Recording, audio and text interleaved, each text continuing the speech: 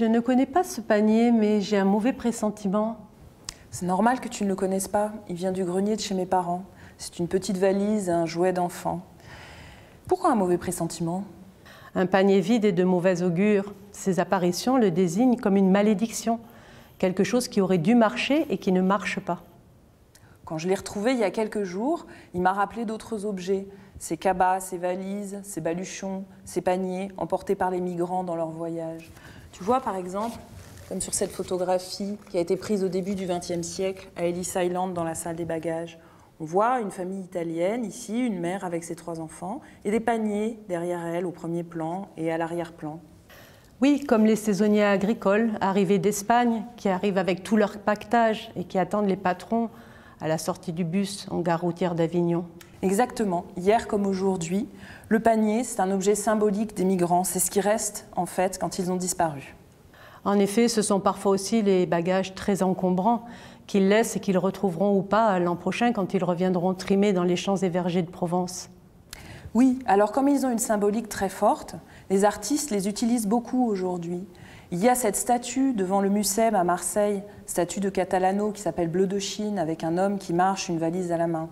Il y a aussi tous ces bagages, toutes ces valises qui sont utilisées dans les musées de l'immigration partout dans le monde et qui symbolisent la migration. Les chercheurs aussi étudient beaucoup ce qu'ils appellent ces objets de l'exil. Pourquoi? Parce qu'ils symbolisent la précarité de ceux qui sont mobiles, de ceux qui sont migrants à toutes les époques. Bon, moi je n'ai jamais trouvé de panier dans les archives.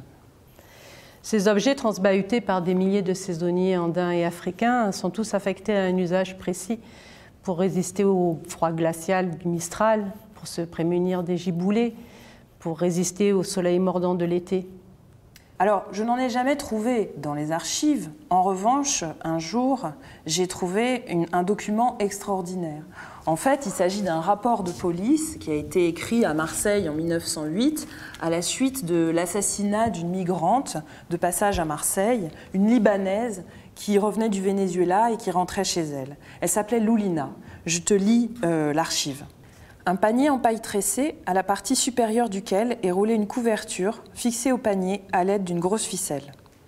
Examen fait du contenu de ce panier, nous constatons qu'il renferme quelques vêtements et un peu de linge.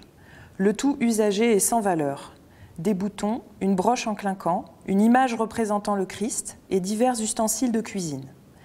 Nous y découvrons en outre plusieurs lettres écrites en langue syrienne, un passeport écrit dans la même langue, une autorisation de la municipalité de Valencia, Venezuela, et 3 photographies. En fait, le contenu de ce panier illustre vraiment des situations de coexistence.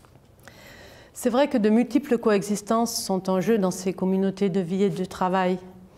Pourtant, chacun reste animé par une posture de prudence, parce que l'ailleurs, comme autrui, comporte toujours une part d'inconnu. Tu fais bien de parler de prudence. Dans ce panier, il y avait un passeport.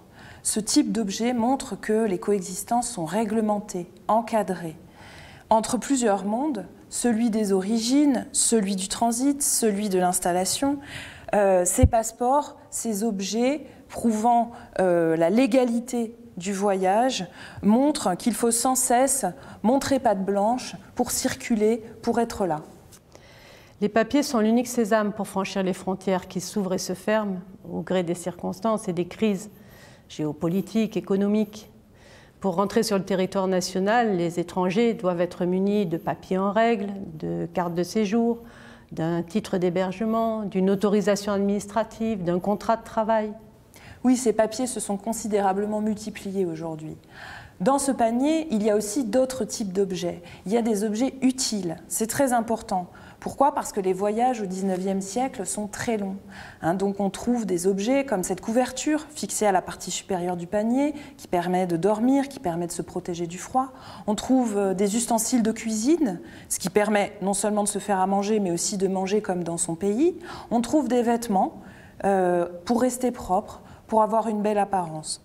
En fait, tous ces objets de coexistence permettent l'autonomie, permettent de faire face à l'inconnu.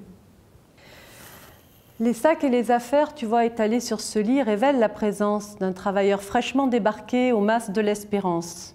Pourtant, les matelas démobilisés dans ce dortoir vide signalent les risques de la coexistence. surtout en contexte de pandémie et de mise en quarantaine. Alors je suppose que c'est encore le cas aujourd'hui, mais dans ce panier, il y a une dernière catégorie d'objets. Ce sont des objets qu'on pourrait considérer comme secondaires, mais qui en fait ne le sont pas du tout. Ce sont des objets à valeur sentimentale, comme des lettres, des photographies, des images pieuses. En réalité, ce sont des objets qui montrent qu'il y a un lien. La coexistence que caractérisent ces objets, c'est une coexistence multidimensionnelle, affective, qui rattache les migrants non seulement à ce qui est présent et proche, mais aussi à ce qui est lointain et passé. Les bagages sont fonctionnels, mais les objets transportés ont aussi une dimension relationnelle d'attachement, comme ce collier que m'a rapporté Miguel d'Équateur quand il est revenu pour une 10e saison agricole en France. Enfin, ce qu'on peut dire, c'est que ces paniers, ces bagages, hier comme aujourd'hui, témoignent d'une véritable organisation, d'une véritable science des bagages. Dans mon panier, dans le panier de Loulina, il y a des objets qu'on pourrait qualifier de transactionnels. La petite broche en clinquant n'a pas une grande valeur, mais elle pourrait être mise en gage en cas de besoin d'argent. D'ailleurs, il n'y a pas d'argent dans ce panier, bien sûr. Encore un effet de la science des bagages. Cette migrante a gardé ses économies avec elle. Elle ne les a pas placées dans son panier. Ironie du sort, c'est bien parce qu'elle a donné cet argent à changer à un compatriote à Marseille et que ce compatriote, ayant joué l'argent et l'ayant perdu, et n'ayant jamais voulu le lui rendre, malgré ses demandes, qu'elle a été assassinée, étranglée et finalement retrouvée morte dans cet hôtel. Je te l'avais bien dit que ce panier portait malheur. Elle aurait dû se méfier, car dans la science des rêves, le panier symbolise l'aspect superficiel et trompeur des choses.